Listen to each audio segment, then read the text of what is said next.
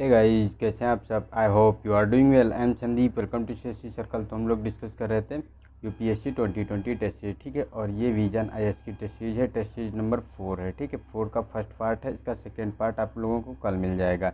इससे पहले हम लोगों ने पॉलिटी का 1 और 2 टेस्ट नंबर सॉल्व कर लिया है। उसके साथ साथ जो है ज्योग्राफी का, इससे पहले वाला जो 3rd टेस्ट नंबर था वो भी ज्योग्राफी का था। ये 4th वाला है, ये भी ज्योग्राफी का टेस्ट है, ठीक है। और इसके साथ साथ हम लोगों ने जो 24 से 38 तक जो सारे टेस्ट हैं विजन के फुल जीएस के टेस्ट वो भी सॉल्व कर लिए हैं। अगर आप लोगों ने नहीं देखे हैं तो मेरे यूट्यूब चैनल को सब्सक्राइब करें। यूट्यूब चैनल की प्लेलिस्ट में जाएं, आपको सारे वीडियो वहां पे मिल जाएंगे, ठीक है। और अगर आप लोगों को इसका पीडीएफ चाहिए तो मैंने टेलीग्राम का लिंक नीचे दे दिया है। आप लोग टेलीग्राम को ज्वाइन कर लीजिए, वहाँ से आपको ईजिली जो है पीडीएफ मिल जाएगी। वहाँ कोई भी प्रॉब्लम आपको फेस नहीं करनी पड़ेगी, ठीक है। तो चलते हैं क्वेश्चन नंबर 1 पे। तो क्वेश्चन नंबर 1 में कहा गया है कि निम्नलिखित कथनों पर विचार करना है। तो फर्स्ट है कि मध्य अक्षांशों के समशीतोष्ण घास के मैदान गेहूं के उत्पादन के लिए सर्वाधिक अनुकूल जलवायु क्षेत्र हैं, ठीक है। सेकेंड है कि गर्म और धूप में ग्रीष्म काल के दौरान गेहूं की कटाई सर्वाधिक लाभप्रद होती है। तो सेकेंड स्टेटमेंट सही है, क्योंकि ये जो इसकी वृद्धि और अंकुरण जो होता है वो मतलब शीत काल में होता है, लेकिन जो अगर इसकी कटाई की बात करें तो ये मतलब ग्रीष्म काल में होता है जब तेज़ धूप होती है, ठीक है। और ये फर्स्ट वाला भी स्टेटमेंट सही है, क्योंकि समशीतोष्ण घास के जो मैदान होते हैं ये गेहूं के उत्पादन के लिए सर्वाधिक अनुकूल जलवायु क्षेत्र होते हैं, ठीक है। तो हमारा जो है सी ऑप्शन सही हो गया, ए और बी दोनों सही हैं, ठीक है।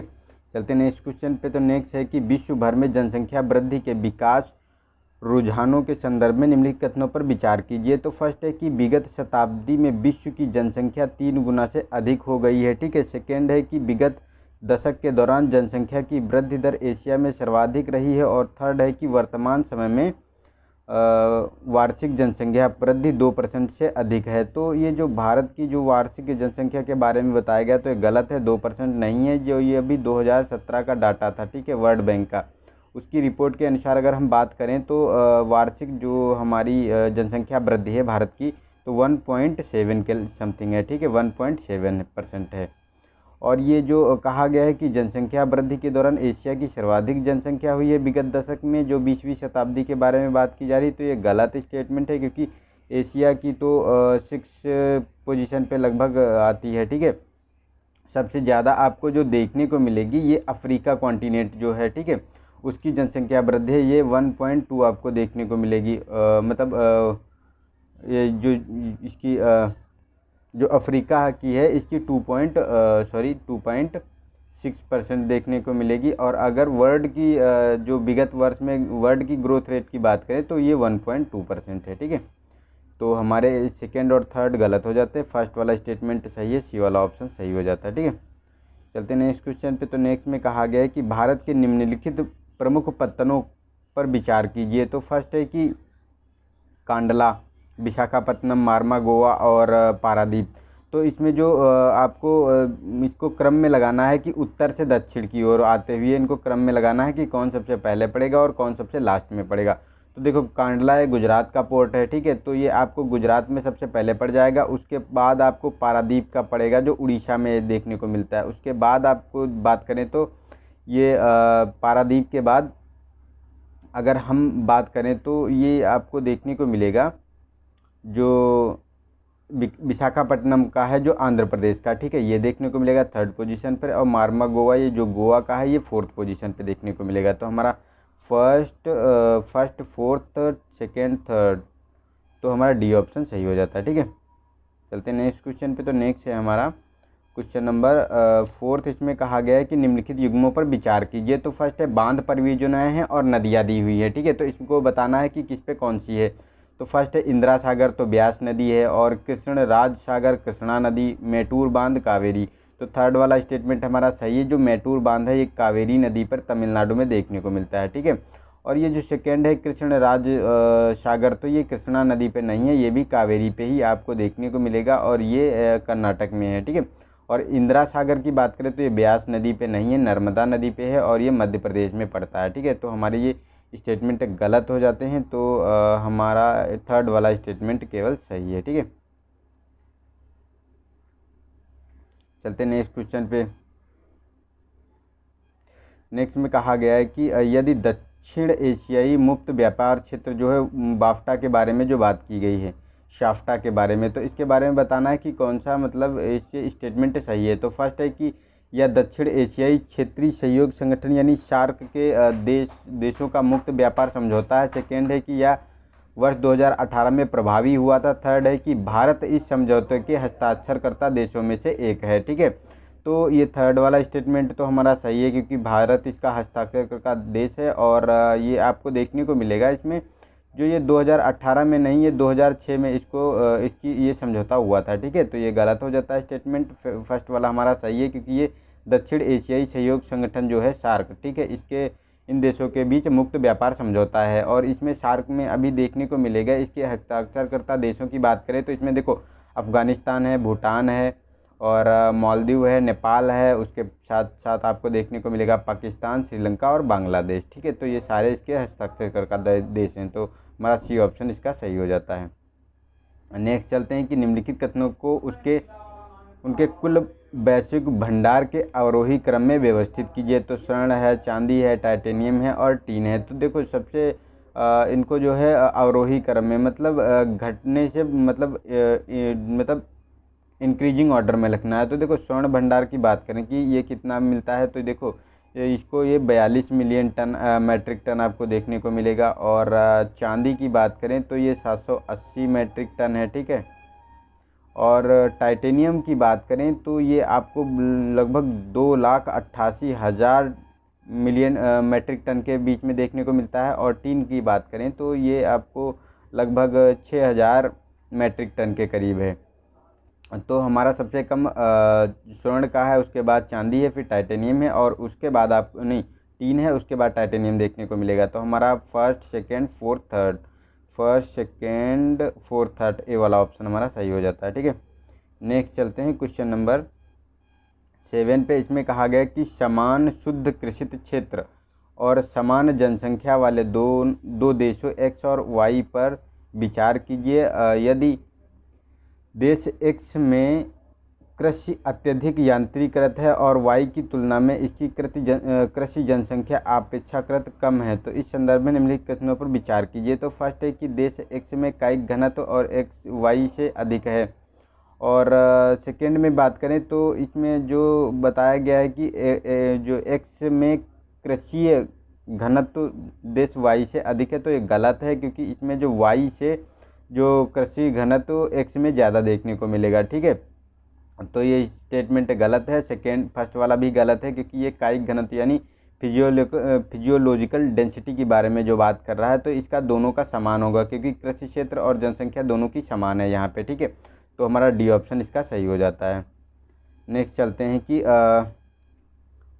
भारत में प्राकृतिक गैस के संदर्भ में निम्नलिखित कथनों पर विचार कीजिए। तो फर्स्ट है कि जो भारत में गैस के क्षेत्र है आपको देखने को मिलेंगे, ये भारत के तटवर्ती और अपतटीय क्षेत्र प्राकृतिक गैस के भंडार विद्यमान हैं। ठीक है, सेकेंड है कि प्राकृतिक गैस के भंडार मुख्य रूप से पश्चिमी भारत में संकेंद्रित हैं।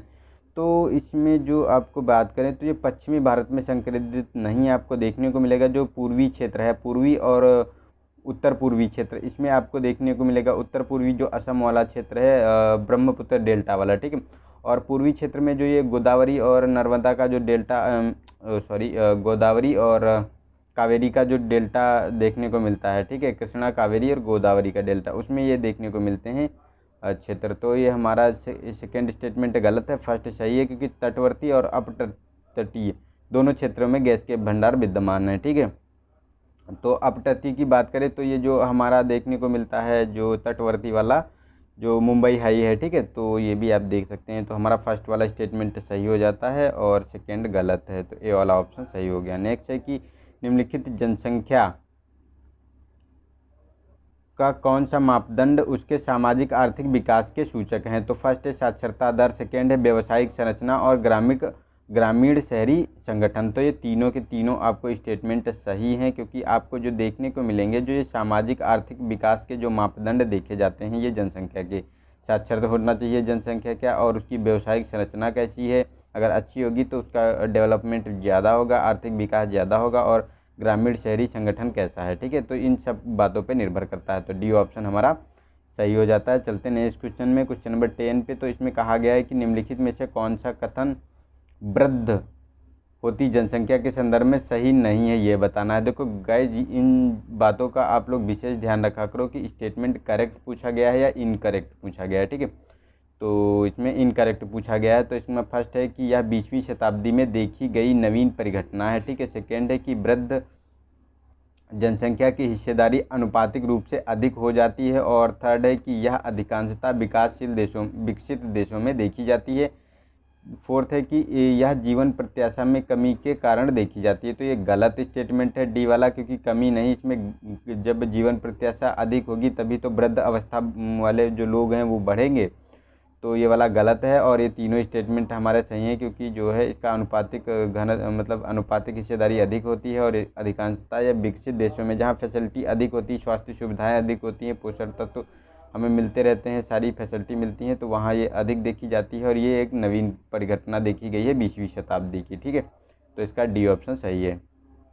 नेक्स्ट है कि निम्नलिखित कथनों पर विचार कीजिए। तो फर्स्ट है भारत में सूती वस्त्र उद्योग ब्रिटिश संरक्षण के अधीन विकसित हुए थे, और सेकेंड है कि वर्तमान में जो आपको देखने को मिलेगा वस्त्र मिलें जो तमिलनाडु में देखने को मिलेगी, मतलब जो आपको देखने को मिलेंगी जो ये हमारी कॉटन मिल हैं। ठीक है, उसके बारे में।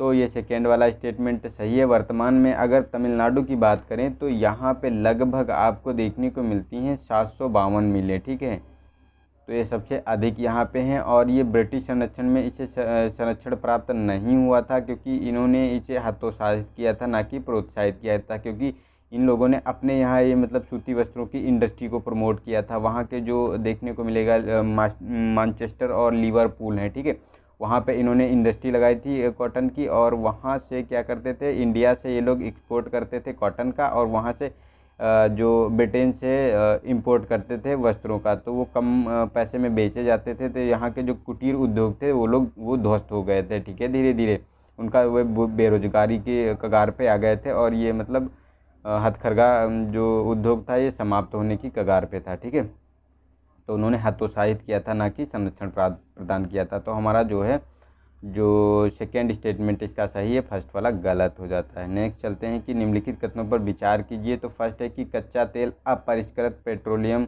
उत्पाद की एक श्रेणी है, मतलब अनरिफाइंड के बारे में बात करता है। सेकेंड है कि सावर क्रूड की तुलना में स्वीट क्रूड में सल्फर की मात्रा अधिक होती है। थर्ड है कि वेनेजुएला स्वीट क्रूड ऑयल का अग्रणी उत्पादक है। तो गलत स्टेटमेंट है। वेनेजुएला जो है ये सावर क्रूड का जो आपको देखने को मिलेगा अधिक उत्पादक अग्रणी उत्पादक है, लेकिन यूएसए है, इराक है, ये मतलब स्वीट क्रूड ऑयल के अग्रणी राष्ट्र हैं। ठीक है, और ये सेकेंड में जो कहा गया है कि सावर क्रूड में सल्फ़र की मात्रा जो है कम होती है, तो ये गलत है। स्वीट क्रूड ऑयल जो होता है इसमें सल्फ़र की मात्रा कम होती है, लेकिन सावर क्रूड में अधिक होती है। इसमें स्वीट क्रूड ऑयल में अगर बात करें तो 0.5% से भी कम सल्फ़र की मात्रा आपको देखने को मिलती है।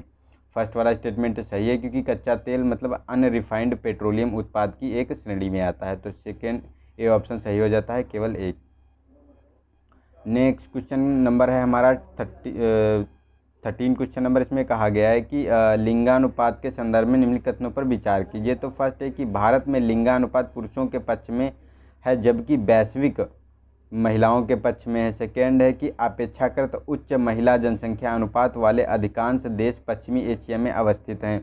तो ये गलत है, पश्चिमी एशिया में नहीं देखने को मिलेंगे। अगर 20 देशों की बात करें तो उसमें से 16 जो आपको देश देखने को मिलेंगे वो यूएसए, ठीक है, मतलब अमेरिका और यूरोप महाद्वीप के हैं। ठीक है, तो ये पश्चिमी है, ना कि पूर्वी एशिया में स्थित हैं। ठीक है, तो ये वाला स्टेटमेंट हमारा गलत हो गया। और लिंगानुपात की जहाँ तक बात है तो भारत में देखो जो है 943 पुरुष हैं 1000 महिला, मतलब 943 महिलाएं हैं 1000 पुरुष पे। और वैश्विक अगर बात करें तो इसमें भी आपको देखने को मिलेगा जो 102 पुरुष आपको देखने को मिलेंगे 100 महिलाओं पे। तो ये भी दोनों के दोनों जो है लिंगानुपात पुरुषों के ही पक्ष में है, ना कि महिलाओं के। तो ये भी हमारा स्टेटमेंट गलत हो जाता है, डी ऑप्शन हमारा सही है। ठीक है, चलते हैं नेक्स्ट क्वेश्चन पे। नेक्स्ट है कि यदि आप श्रीनगर से कोलकाता तक सड़क मार्ग से यात्रा कर रहे हैं तो उद्गम और गंतव्य सहित भारत के उन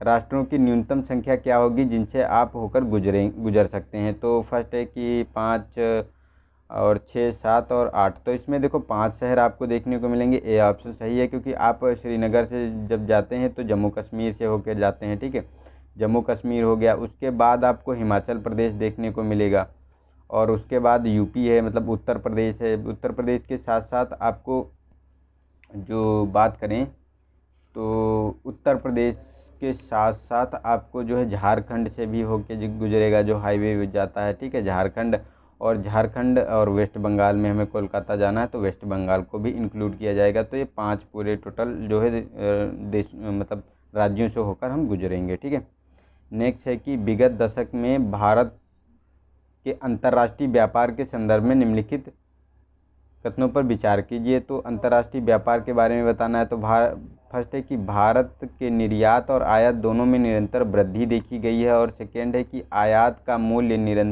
निर्यात की तुलना में अधिक बना हुआ है। तो देखो ये सेकेंड वाला स्टेटमेंट तो हमारा सही है, क्योंकि जो निर्यात का मूल्य अगर हम बात करें, ठीक है, तो हम लोग निर्यात लगभग कर पाते हैं 18 लाख लगभग 18 लाख करोड़ के करीब। ठीक है, हम लोग निर्यात करते हैं, लेकिन आयात की बात करें तो हम आयात के बारे में लगभग 25 लाख, ठीक है, लगभग 25 लाख करोड़ का जो है आयात करते हैं। तो हम 7% जो है डिफिसिट में चल रहे हैं। ठीक है, तो ये वाला स्टेटमेंट हमारा गलत हो जाता है।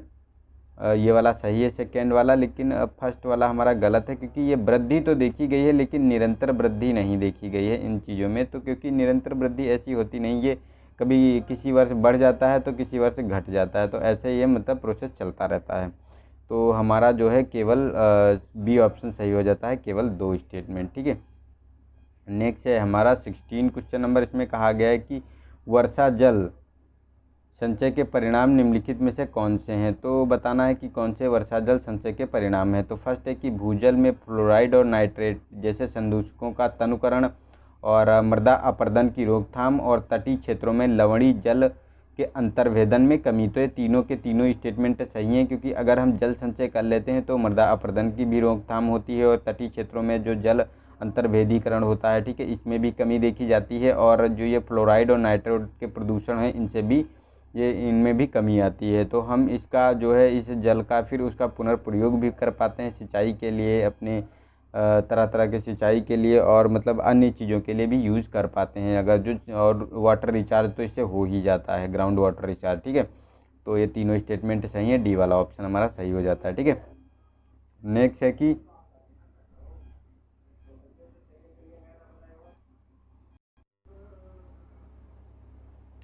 नेक्स्ट है हमारा कि खनिज संसाधनों के संदर्भ में निम्नलिखित कथनों पर विचार कीजिए। तो इसमें कहा गया खेतड़ी, भीलवाड़ा और तांबे की खानें, खेतड़ी और भीलवाड़ा तांबे की खानों के लिए प्रसिद्ध हैं। सेकेंड है कि अमरकंटक और कोरापुट बॉक्साइट निष्कर्षण के लिए प्रसिद्ध हैं। तो ये देखो सेकेंड और फर्स्ट दोनों स्टेटमेंट सही हैं, क्योंकि जो खेतड़ी और भीलवाड़ा है ये तांबे की खानें हैं और ये राजस्थान में देखने को मिलती हैं। ठीक है, और सेकेंड में जो कहा गया अमरकंटक और कोरापुट जो बॉक्साइट के निष्कर्षण के लिए प्रसिद्ध है, तो ये एमपी में पड़ती हैं। ठीक है, दोनों स्टेटमेंट सही हैं, सी वाला ऑप्शन सही हो जाता है।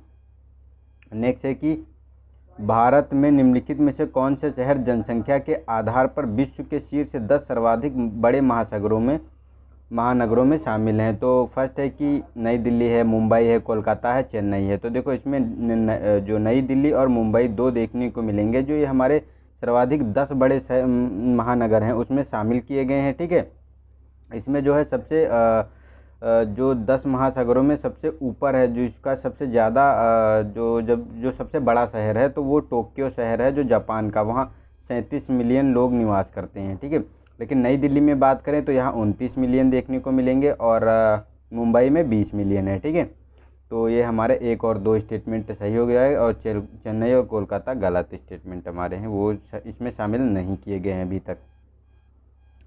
नेक्स्ट है कि हमारा निम्नलिखित कथनों में से कौन सा धात्विक लौह खनिजों की श्रेणी में आते हैं, के अंतर्गत आते हैं, बताना है। तो फर्स्ट है मैग्नीज, तांबा, बॉक्साइट।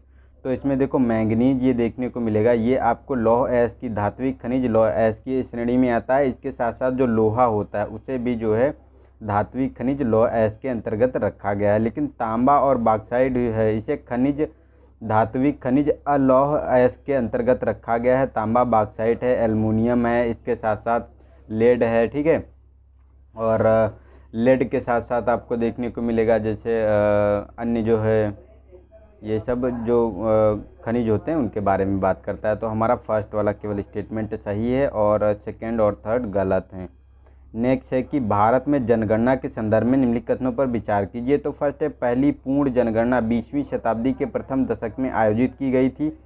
सेकंड है कि भारत में जनसंख्या विगत शब्दावली में नियमित और निरंतर रूप से बढ़ी है। और तो हमारा ये बताना है। तो इसमें देखो जो कहा गया है कि जनसंख्या के बारे में कि भारत में विगत जो सेंचुरी में नियमित और निरंतर रूप से बढ़ी है। तो इसमें जो आपको लगता है तो ये गलत स्टेटमेंट है, क्योंकि जो 1921 का देखने को मिला था जो ये विगत ये 20वीं शताब्दी में था, ठीक है। तो इसमें -0.31% आ गई थी हमारी ग्रोथ रेट। कारण क्या था कि वहाँ पर मतलब हमको स्वास्थ्य सुविधाएं नहीं प्रोवाइड थी, मृत्यु दर बहुत ज़्यादा थी, ठीक है।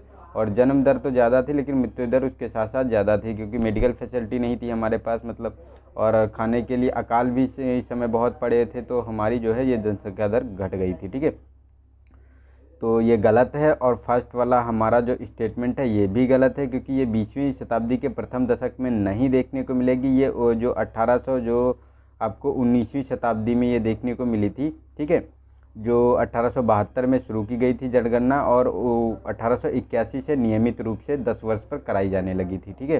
तो दोनों के दोनों स्टेटमेंट हमारे गलत हैं, ठीक है। तो डी ऑप्शन सही हो गया। नेक्स्ट चलते हैं कि ओम, ओस, अमन और बोरो शब्द उपयोग निम्नलिखित में से किसको निर्दिष्ट करते हैं, किसको इंगित करते हैं। तो ये बताना है। फर्स्ट है कि ये ऑप्शन बच्चों में पोषण संबंधी कमी को दूर करने के लिए विकसित किए गए संकर बीजों को। सेकंड है कि हरित क्रांति में प्रयुक्त गेहूं की उच्च उपज वाली किस्मों को। सेकंड है कि मानसून पूर्व अवधि के दौरान उत्तर पूर्वी क्षेत्र प्रवाहित होने वाली स्थानीय पवनों को। और डी है कि पश्चिम बंगाल में किसानों द्वारा उगाई जाने वाली चावल की फसलों को। तो देखो डी ऑप्शन सही है, जो है पश्चिम बंगाल में जो चावल की फसलें उगाई जाती हैं उन्हीं के बारे में बताया गया। ये तीन टाइप की फसलें होती हैं, तो मतलब जाड़े, गर्मी और जो ग्रीष्म, बसंत और शीत ऋतु में ये उगाई जाती हैं, ठीक है। उन्हीं के बारे में ये बात करता है। तो डी ऑप्शन हमारा सही हो जाता है। चलते हैं नेक्स्ट क्वेश्चन में 22। इसमें कहा गया है कि मनुष्य प्रकृति के नियमों का अनुपालन करके उस पर विजय प्राप्त कर सकते हैं, लेकिन मैं सिर्फ किसके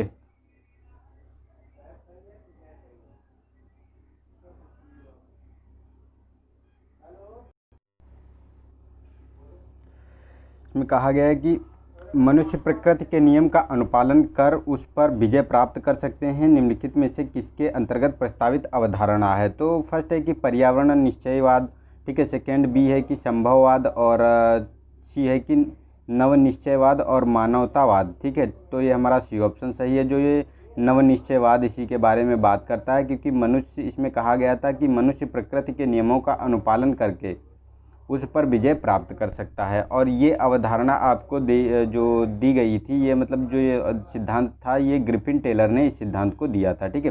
चलते हैं नेक्स्ट क्वेश्चन पे। तो नेक्स्ट है तो 23 इसमें कहा गया है कि लौह और इस्पात उद्योग निम्नलिखित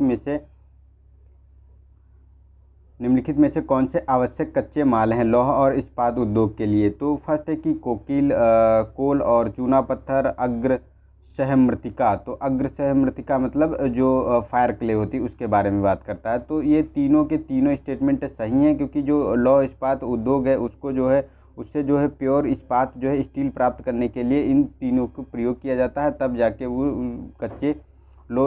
कच्चे लोहे से जो है हम लोग उसको जो है स्टील बना पाते हैं, ठीक है। तो हमारा फर्स्ट, सेकंड और थर्ड स्टेटमेंट सही हो जाता है, डी ऑप्शन।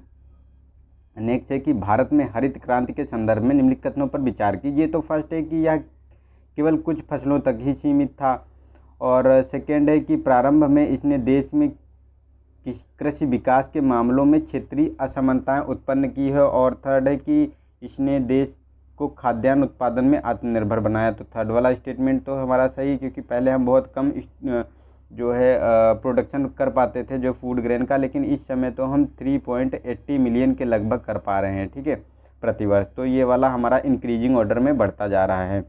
और ये आपको देखने को मिलेगा सेकेंड स्टेटमेंट की असमानताएं बढ़ी, तो ये भी स्टेटमेंट सही है, क्योंकि जो है आपको हरियाणा, पंजाब, गुजरात और आंध्र प्रदेश वाला क्षेत्र और वेस्ट यूपी वाले क्षेत्र में जो है जहाँ सिंचित मतलब सिंचाई के उपकरण उपलब्ध थे, वहाँ पर ये बहुत अधिक मात्रा में प्रोडक्शन हुआ, जैसे गेहूं और चावल का है, ठीक है। लेकिन जो अदर हैं, ईस्ट यूपी है या अदर इंडिया के अदर पार्ट में अदर स्टेट में देखें तो वहाँ पे ये विकास नहीं हो पाया, क्योंकि वहाँ इतनी जो है बेसिक हमारे पास इंफ्रास्ट्रक्चर नहीं था, सिंचाई के साधन नहीं थे, ठीक है।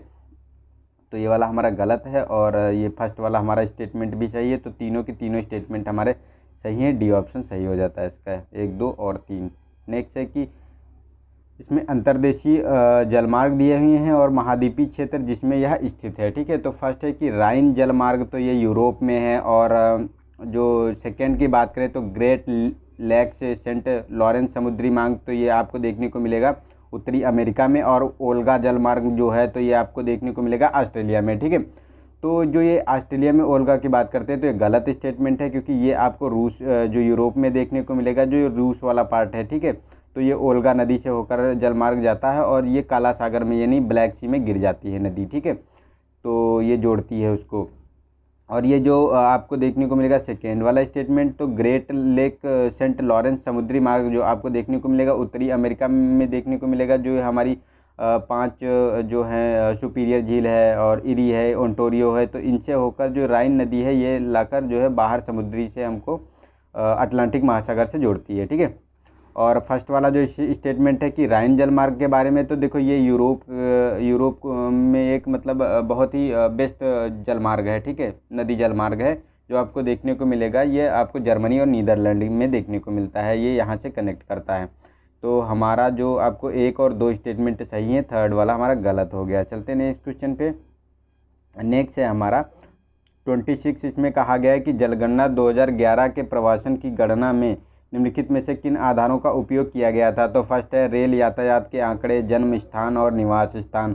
तो इसमें देखो जो रेल यातायात के आंकड़े थे इनको शामिल नहीं किया गया था, इसमें आपको जन्म स्थान और निवास स्थान को शामिल किया गया। तो सेकेंड और थर्ड स्टेटमेंट सही हो गया, बी वाला ऑप्शन, ठीक है। और अगर बात करें तो इसमें 2011 की जनगणना के अनुसार अगर हम बात करें कि प्रवास की जो प्रवासन की स्थिति हुई थी, तो उस स्थिति की बात करें तो ये 2011 की जनगणना के अनुसार 45 करोड़ लोगों ने प्रवास कर गए हैं, ठीक है।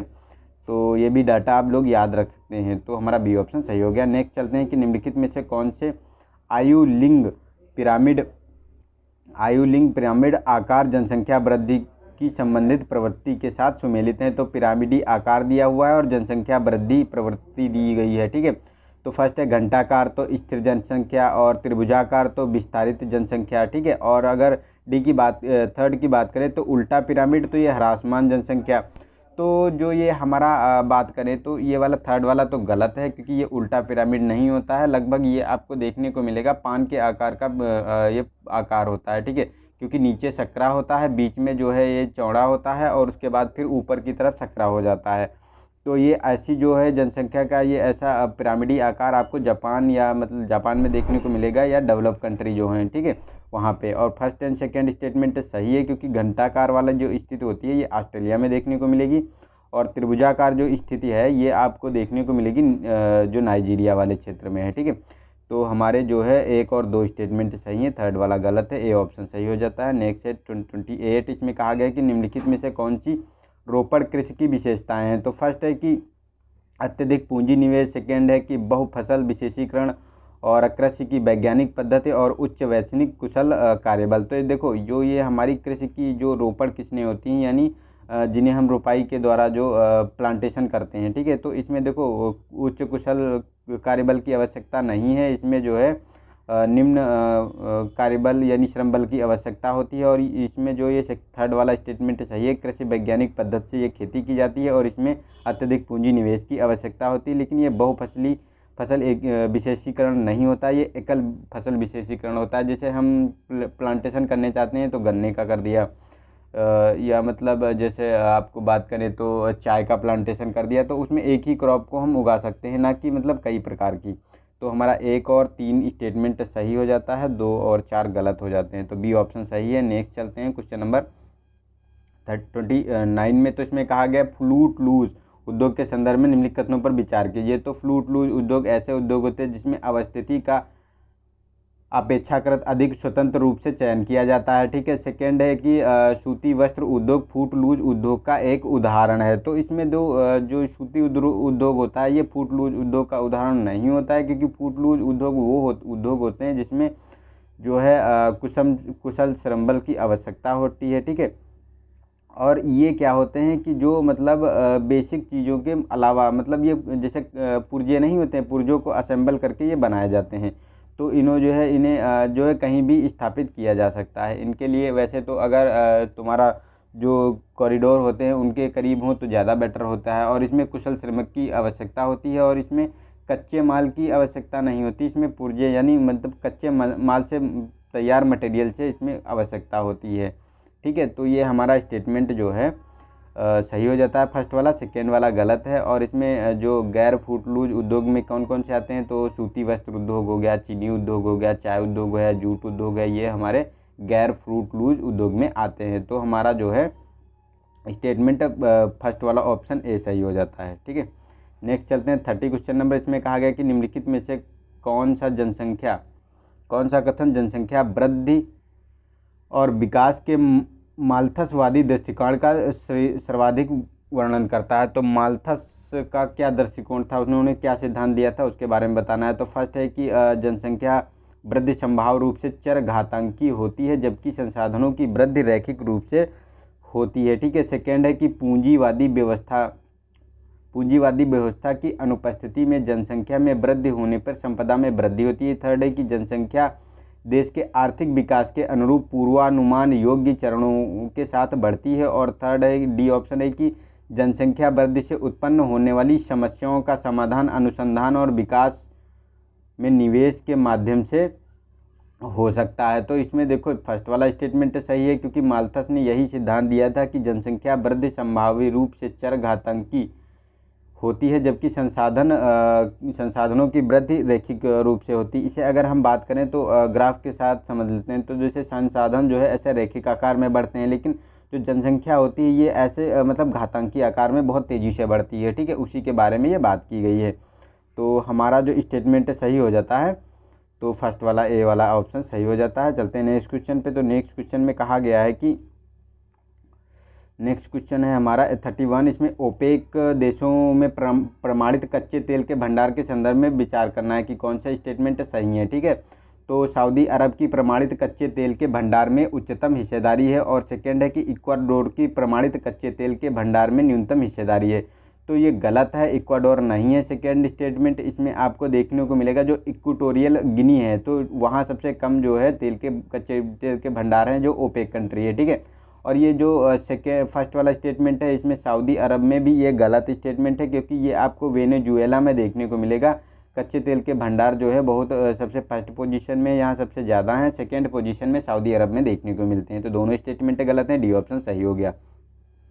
नेक्स्ट चलते हैं क्वेश्चन नंबर 32 में। इसमें कहा गया कि निम्नलिखित युग्मों पर विचार कीजिए। तो फर्स्ट है कि फसल और प्रमुख उत्पादक राज्य। तो फर्स्ट है कि इसमें ज्वार महाराष्ट्र में है और जूट है ये उड़ीसा में है, और चाय बिहार में देखने को मिलती है। तो देखो चाय का जो उत्पादन होता है वो असम में देखने को मिलता है। आधे से अधिक जितना भी प्रोडक्शन इंडिया में होता है वो असम में किया जाता है। और जूट का बात करें तो वेस्ट बंगाल में इसका जो है प्रोडक्शन सबसे ज़्यादा होता है। ठीक है। आधे से अधिक लगभग ज़्यादा होता है। और ज्वार जो है ये महाराष्ट्र में इसका प्रोडक्शन होता है। तो हमारा केवल एक ऑप्शन सही, एक स्टेटमेंट सही है, तो सी ऑप्शन सही हो जाता है। ठीक है। नेक्स्ट चलते हैं कि मानव भूगोल के संदर्भ में निम्नलिखित बताना है कि शर्म और बुलीज हैं कि इनको क्या है ये, मतलब सर्म और बुलीज। तो फर्स्ट है कि चरम मौसम की स्थितियों में राहत प्रदान करने वाली स्थानीय पौधे हैं। सेकेंड बी है कि विश्व भर में उगाई जाने वाली चाय की किस्में हैं। और सी है कि दुग्ध उत्पादन भैंस की नस्लें हैं। डी है कि जनजातियों द्वारा निर्मित आश्रय स्थल है। तो इसका डी ऑप्शन है, ये जनजातियों द्वारा आश्रय स्थल जो निर्मित किए जाते हैं उन्हीं के बारे में बात की जा रही है, क्योंकि ये आपको देखने को मिलेंगे। जो होता क्या है कि जो बुशमैन होते हैं, ठीक है, ये बुशमैन अपने घर को जो है एक मतलब कटीली जो कटीले वृक्ष होते हैं उसके नीचे जो है अपना गड्ढे करके उसमें रहते हैं, ठीक है, वहाँ आवास बनाते हैं, तो उसी को बोलते हैं शर्म। और ये बिंदुबूज भी होते हैं, ये भी मतलब ऐसे झाड़ियों उड़ियों से मतलब इन घरों का निर्माण करते हैं, तो इनके बारे में बात किया गया है। तो ये बिंदुबूज होते हैं वो बुलीज आवास का निर्माण करते हैं, और जो शर्म होते हैं ये आपको बुशमैन के होते हैं, ठीक है। चलते नेक्स्ट क्वेश्चन पे। तो नेक्स्ट है हमारा 34। इसमें कहा गया है कि भारत में गन्ने की फसल के संदर्भ में निम्नलिखित कथनों पर विचार कीजिए। तो फर्स्ट है कि भारत विश्व में गन्ने का सबसे बड़ा उत्पादक है, और ठीक है, और दक्षिण भारत की तुलना में उत्तरी भारत में गन्ने की फसल की उपज अधिक होती है, ठीक है। तो इसमें जो देखने को मिलेगा, तो इसमें जो दक्षिण भारत में होती है ये गन्ने की फसल का प्रोडक्शन अधिक होता है, ना कि उत्तर भारत में। लेकिन उत्तर भारत में अगर बात करें तो 40% जो आपका गन्ने का उत्पादन होता है वो यूपी से मतलब उत्तर प्रदेश से देखने को मिलता है। तो लेकिन प्रोडक्शन सबसे ज़्यादा आपको दक्षिण में ही देखने को मिलेगा। और ये फर्स्ट वाला स्टेटमेंट भी गलत है, क्योंकि विश्व में सबसे बड़ा उत्पादक नहीं है। सबसे बड़ा उत्पादक जो है ब्राज़ील है, उसके बाद आपको इंडिया देखने को मिलेगा सेकेंड पोजीशन पे, और थर्ड पोजीशन पे चाइना है। तो हमारे दोनों स्टेटमेंट गलत हैं, तो हमारा डी ऑप्शन सही हो जाता है। नेक्स्ट चलते हैं क्वेश्चन नंबर 35। इसमें कहा गया है कि मानव विकास के विभिन्न दृष्टिकोणों के संदर्भ में निम्नलिखित कथनों पर विचार कीजिए। तो फर्स्ट है कि कल्याणकारी दृष्टिकोण यह परिकल्पित करता है कि किसी व्यक्ति द्वारा उपयोग की जाने वाली स्वतंत्रता का स्तर उसकी आय से संबंधित होता है, ठीक है। सेकेंड है कि प्रोफेसर अमर्त्य सेन द्वारा विकसित आधारभूत आवश्यकता दृष्टिकोण व्यक्ति की 4 मूलभूत आवश्यकताओं की पहचान करती है। और थर्ड है कि क्षमता दृष्टिकोण स्वास्थ्य और शिक्षा के विकास को प्रमुखता प्रदान करती है। तो थर्ड वाला स्टेटमेंट सही है, क्योंकि जो क्षमता दृष्टिकोण होता है ये स्वास्थ्य और शिक्षा के विकास को प्रमुखता प्रदान करता है। लेकिन ये सेकेंड वाले में जो कहा गया है कि ये गलत है, क्योंकि इसमें जो अमर्त्य सेन नहीं, जो ILO है, इंटरनेशनल लेबर ऑर्गेनाइजेशन ने ये मतलब मूलभूत आवश्यकताओं की बात की थी। इसमें जो इंक्लूड किया था 5 चीज़ों को, ठीक है। तो इसमें स्वास्थ्य 1 नंबर पे था, ठीक है, शिक्षा था, भोजन की उपलब्धता थी, जल था और स्वच्छता था, ठीक है। इन 5 चीज़ों को इंक्लूड किया गया था। और फर्स्ट वाला जो स्टेटमेंट है ये भी गलत है, क्योंकि ये कल्याणकारी दृष्टिकोण नहीं है, ये आय का दृष्टिकोण होता है, इनकम अप्रोच होती है, ठीक है। उसके बारे में परिकल्पित करता है कि किसी व्यक्ति द्वारा उपभोग की जाने वाली जो स्वतंत्रता का स्तर उसकी आय से संबंधित होता है, ठीक है। तो ये दो हमारे फर्स्ट एंड सेकंड गलत है, थर्ड वाला स्टेटमेंट सही है, तो बी वाला ऑप्शन सही हो जाता है। चलते हैं नेक्स्ट क्वेश्चन पे। तो नेक्स्ट है हमारा क्वेश्चन नंबर 36। इसमें कहा गया कि भारत की जनसंख्या वृद्धि के संदर्भ में निम्नलिखित युग्मों पर विचार कीजिए। तो अवधि दी गई है और उसकी जनसंख्या वृद्धि का चरण दिया गया है, ठीक है। तो इसमें आपको बात करें तो फर्स्ट वाला है कि 1901 से 1921 तक वृद्धि की रुद्ध प्रावस्था यानी स्टैग्नेटेड, ठीक है। और सेकेंड है कि 1921 से 1951 तक की जनसंख्या विस्फोटक की प्रावस्था है, और 1991 से 81 तक है स्थिर जनसंख्या वृद्धि की प्रावस्था है। तो देखो फर्स्ट वाला स्टेटमेंट तो हमारा सही है, क्योंकि 1901 से 1921 से आपकी बात करें तो वृद्धि जो है रुद्ध रही है, मतलब इसमें जो है माइनस की वृद्धि देखने को मिली थी, ठीक है। 0.31% जो है आपको देखने को मिली थी माइनस में वृद्धि। लेकिन सेकेंड वाली जो बात करें तो इसमें स्थिर जनसंख्या वृद्धि हुई थी, ठीक है। तो इसको जो है इसके स्टेटमेंट पलट दिए गए हैं, और 1951 से 81 तक ये आपको विस्फोटक जनसंख्या की बात की गई है, ठीक है। इसमें विस्फोट की तरह मतलब बहुत तेज़ी से वृद्धि हुई है। तो ये हमारा फर्स्ट वाला स्टेटमेंट सही हो गया, तो ए ऑप्शन सही होता है, ठीक है, केवल एक। नेक्स्ट चलते हैं कि 37। इसमें कहा गया कि औपनिवेशिक काल के दौरान अधिनियमित गिरमिट अधिनियम किससे संबंधित है। तो फर्स्ट है कि गिरमिटिया श्रमिकों के अनुबंधों से, ठीक है। सेकेंड है कि जनसंख्या वृद्धि सीमित करने के उपाय से, और कपास के निर्यात से, जनजाति भूमि के प्रशासन से। तो इसका ए ऑप्शन सही है, जो गिरमिटिया जो श्रमिक थे, ठीक है, उनके अनुबंधों से संबंधित है। क्योंकि क्या होता था पहले जो ब्रिटिश औपनिवेशिक काल में था कि इंडिया से उनको जो है विभिन्न देशों में जो ले जाए जाते थे, जैसे है जमैका है, यानी क्यूबा है, जमैका है, और जो बात करें कि आपको जो इसके साथ साथ मॉरिशस है और सूरीनाम है, फिजी है, यहाँ ये मतलब यहाँ से श्रमिक ले जाए कर अनुबंध पे श्रमिकों को ले जाया जाता था ब्रिटिश सरकार द्वारा, और वहाँ खेती कराई जाती थी। ठीक है, तो उन्हीं के बारे में ये अधिनियम बना था। नेक्स्ट चलते हैं कि 38 लेगून के संदर्भ में निम्नलिखित कथनों पर विचार कीजिए। तो फर्स्ट है, भारत में लेगून पश्चिमी तट के किनारे तक ही सीमित हैं। और सेकेंड है कि सामान्य रूप से इन निकायों में लवणीय जल की उपस्थिति इन्हें कृषि उद्देश्यों के लिए उपयुक्त बनाती है। तो देखो ये गलत स्टेटमेंट है, अनुपयुक्त नहीं, ये उपयुक्त बनाती है। मतलब उस जो लवणीय जल का हम लोग उपयोग कर पाते हैं, जैसे नारियल के खेत की सिंचाई हुई, ठीक है, कुछ चावल की विशेष किस्में होती है उसमें भी उसकी सिंचाई की जा सकती है, और मछली पालन भी किया जाता है लवणी जल में। तो ये स्टेटमेंट हमारा सेकंड गलत है। फर्स्ट वाला हमारा जो है ये भी हमारा गलत है, क्योंकि लेगून पश्चिमी घाट तक पश्चिमी किनारे तट तक ही नहीं सीमित है, क्योंकि पूर्वी घाट पे आपको चिल्का लेक, वुलिकट लेक आपको देखने को मिलेगी। ठीक है, और पश्चिमी घाट पे तो आपको केरल में देखने को मिलेगी। ठीक है, वेमनाथ झील। तो ये हमारे दोनों स्टेटमेंट गलत है, डी वाला ऑप्शन सही हो जाता है। नेक्स्ट चलते हैं कि अब भारत में जूट उद्योग के द्वारा सामना की जा रही समस्याओं निम्नलिखित में से कौन सी हैं। तो जूट उद्योग जूट उद्योग जो है वो किन समस्याओं से जूझ रहा है, इसके बारे में बताना है। तो फर्स्ट है, कच्चे माल की अपर्याप्त आपूर्ति और स्थानापन्नों से जो मतलब प्रतिस्पर्धा होती है जो स्थानों से, और पुरातन या अप्रचलित मशीनें। तो ये तीनों जो स्टेटमेंट देखने को मिलेंगे सही है, क्योंकि जो कच्चा तेल क्या है, जूट का उत्पादन बहुत कम मात्रा में होता है, जिससे जो है इसको जो है क्योंकि लोग उसका प्राइस कम मिलता है, ये एमएसपी में इसको इंक्लूड नहीं किया गया है। तो जो एमएसपी में इंक्लूड किया गया है वो किसान ज़्यादा उसको जो है प्रेफर करते हैं उगाने में। ठीक है, और प्रतिस्पर्धा तो बढ़ ही रही है। तो क्योंकि इंडिया में क्या होता है कि अभी भी कुछ क्षेत्र हैं जिसमें जो है बहुत पिछड़े मतलब जो उद्योग थे उन्हीं आधार पे उनका उत्पादन किया जाता है, जिससे लागत अधिक आती है और तो प्रतिस्पर्धा बढ़ती है, क्योंकि नई टेक्नोलॉजी में ये मतलब कमी आ जाती है। ठीक है, तो ये हमारे तीनों के तीनों स्टेटमेंट सही हैं, डी वाला ऑप्शन सही हो जाता है। नेक्स्ट चलते हैं क्वेश्चन नंबर 40 पेज में कहा गया कि निम्नलिखित में से कौन सा पंचम क्रियाकलापों को सर्वाधिक उपयुक्त रूप से परिभाषित करता है। तो फर्स्ट है कि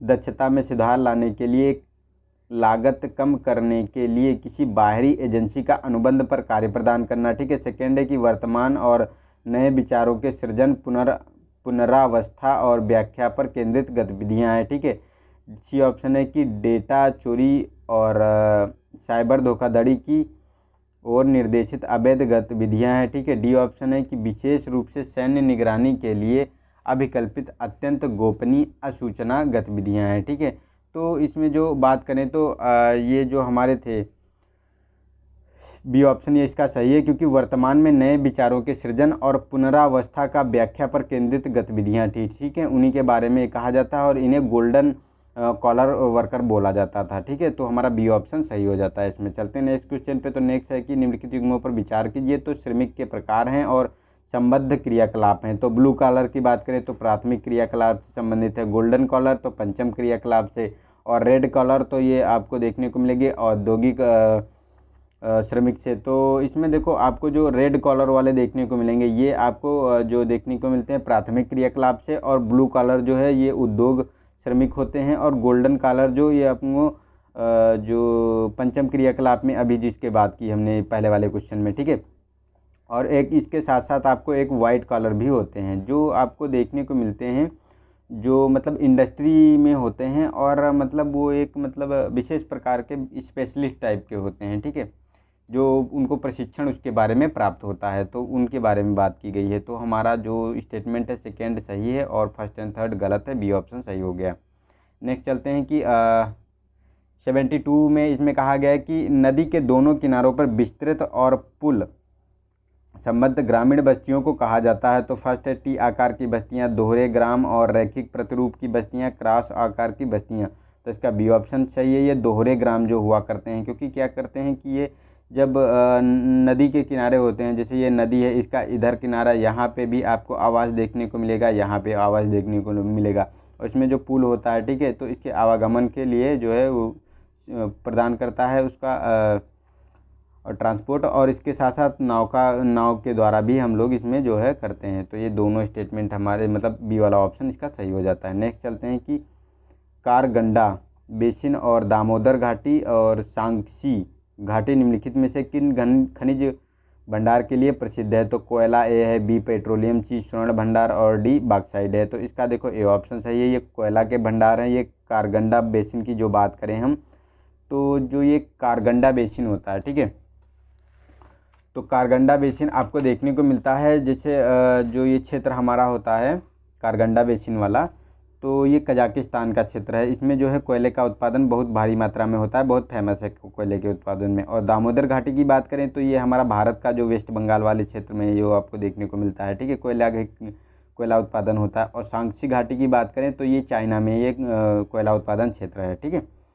चलते हैं नेक्स्ट क्वेश्चन पे। तो नेक्स्ट है क्वेश्चन नंबर 44। इसमें कहा गया कि निम्नलिखित में से कौन से प्रवासन के परिणाम हैं, यानी माइग्रेशन के परिणाम है, तो उनके रिजल्ट बताने हैं माइग्रेशन के। तो फर्स्ट है कि ये प्रवासन के उद्गम क्षेत्र के लिए विप्रेषण, यानी मतलब जो प्रवासन का जो प्रोडक्शन क्षेत्र होता है उससे जो हम रिमिटेंस भेजते हैं, ठीक है, अपने लोगों के लिए।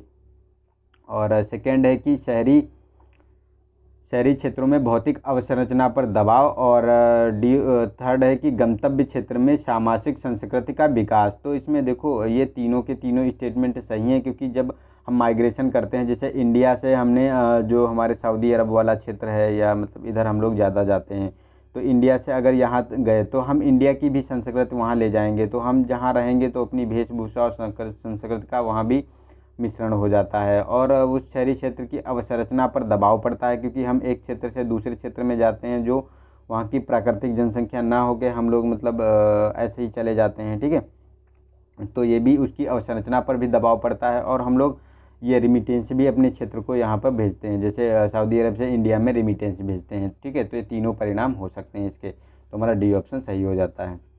नेक्स्ट है कि उत्पादन के अनुसार उद्योगों के वर्गीकरण के अनुसार, मतलब उत्पादन के अनुसार उद्योगों के वर्गीकरण के अनुसार निम्नलिखित में से कौन से आधारभूत उद्योग हैं? तो लौह इस्पात उद्योग, ठीक है, और तांबा शोधन और मोबाइल निर्माण, साबुन निर्माण संबंधी कुटीर उद्योग। तो इसमें देखो आपको देखने को मिलेगा जो ये लोहा इस्पात उद्योग है और तांबा शोधन उद्योग है, ये दोनों के दोनों आपको देखने को मिलेंगे। जो कच्चा ये हमको तांबा मिलता है और कच्चा लोहा अयस्क मिलता है, इससे हम इसको प्रोसेस करके जो है हम लोहा मतलब स्टील बनाते हैं और शुद्ध तांबे का निर्माण करते हैं, ठीक है। लेकिन मोबाइल तो ये मतलब मैन्युफैक्चरर, ये तो इससे जो है ये असेंबल किया जाता है इसमें, ना कि ये मतलब प्राइमरी, ना कि आधारभूत है ना, और साबुन भी, ठीक है। तो ये हमारा फर्स्ट एंड सेकेंड स्टेटमेंट सही है, सी वाला। तो एक और दो स्टेटमेंट सही हो जाते हैं। चलते हैं नेक्स्ट क्वेश्चन पे। तो नेक्स्ट है 46। इसमें कहा गया कि निम्नलिखित घटनाओं को उनके कालक्रम के अनुसार व्यवस्थित कीजिए। तो फर्स्ट है कि भारत में प्रथम आधुनिक कपास मिल की स्थापना और भारत में रेलवे का शुभारंभ। थर्ड है कि पश्चिम बंगाल से रिसरा में पहली जूट मिल की स्थापना, ठीक है। तो इसमें जो बात करें हम कि पहली जूट मिल की स्थापना जो रिसरा यानी वेस्ट बंगाल में हुई थी, तो इसकी स्थापना हुई थी 1855 में कोलकाता में, ठीक है। और अगर रेलवे का शुभारंभ की बात करें तो लॉर्ड डलहौजी ने इसकी स्थापना की थी, ये आपको देखने को मिली थी 1853 में देखने को मिली थी। और ये जो बम्बे से ठाणे जो है चली थी 34 किलोमीटर, ये रेल की स्थापना की गई थी। और ये आपको कपास मिल की बात करें, भारत की प्रथम कपास मिल, तो ये आपको 1800 देखने को मिलेंगी 54 में, ठीक है।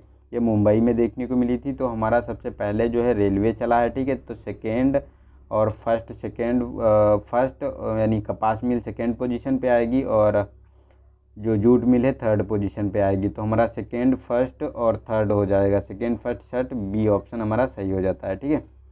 नेक्स्ट क्वेश्चन नंबर है हमारा 47। इसमें कहा गया कि पनामा नहर विश्व में निर्मित महत्वपूर्ण नहरों में से एक है, इसके द्वारा निम्नलिखित के बीच की दूरी कम हुई है। तो फर्स्ट है कि अमेरिका के पूर्वी तट से पश्चिमी तट के बीच, और यूरोप के आपको देखने को मिलेगी पश्चिमी यूरोप और संयुक्त राज्य अमेरिका के पश्चिमी तट के मध्य और उत्तर पूर्वी अमेरिका और दक्षिण पूर्व एशिया के मध्य। तो देखो तीनों के तीनों ये स्टेटमेंट हमारे सही हैं, क्योंकि जो हमारा ईस्टर्न जो आपको देखने को मिलेगा जो क्षेत्र था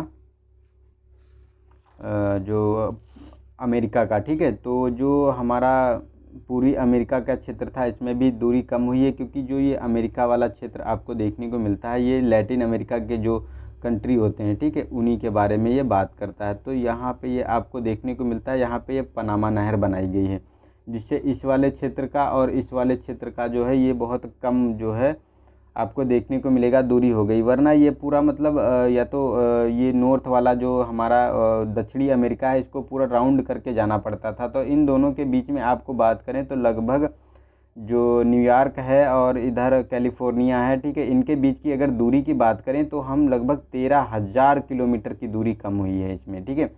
तो ये पूर्वी और पश्चिमी तटों पे, और ये यूरोप का जो संयुक्त राज्य अमेरिका का पश्चिमी घाट है तो इससे भी हम लोग वैसे यहाँ से नीचे से होके जाते थे, ये हम पूरा जो है हमें ये जो पूरा दक्षिणी अमेरिका क्रॉस करके ऐसे जाया करते थे, तो वो भी हमारी दूरी कम हो गई, ठीक है, उनकी। और दक्षिण पूर्व एशिया से भी दूरी कम हुई है पनामा नहर बनने से, ठीक है। तो हमारा जो है तीनों स्टेटमेंट इसमें सही है, डी ऑप्शन सही हो जाता है हमारा। चलते हैं नेक्स्ट क्वेश्चन पे। तो नेक्स्ट है हमारा, निम्नलिखित कथनों में से कौन सी रिपोर्ट साधारणी विकास से संबंधित है। तो फर्स्ट है रिवो सम्मेलन का एजेंडा 21 और आवर कॉमन फ्यूचर और लिमिट टू ग्रोथ।